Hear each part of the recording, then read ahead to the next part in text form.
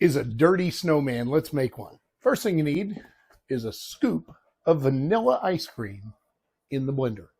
I've got about 8 ounces of hot chocolate going in there too. About 1.5 ounces of Bailey's. Now, put it in the blender. Then add a handful of ice cubes and blend it again. At this point, put it in a glass. Got to have some whipped cream on top. Finally, just to make it fun, you can throw some sprinkles on top. I've got these little Christmas tree sprinkles, and I've even got pink flamingos. Let's use those. And a few of the Christmas trees just for fun. Dirty Snowman. That's really good.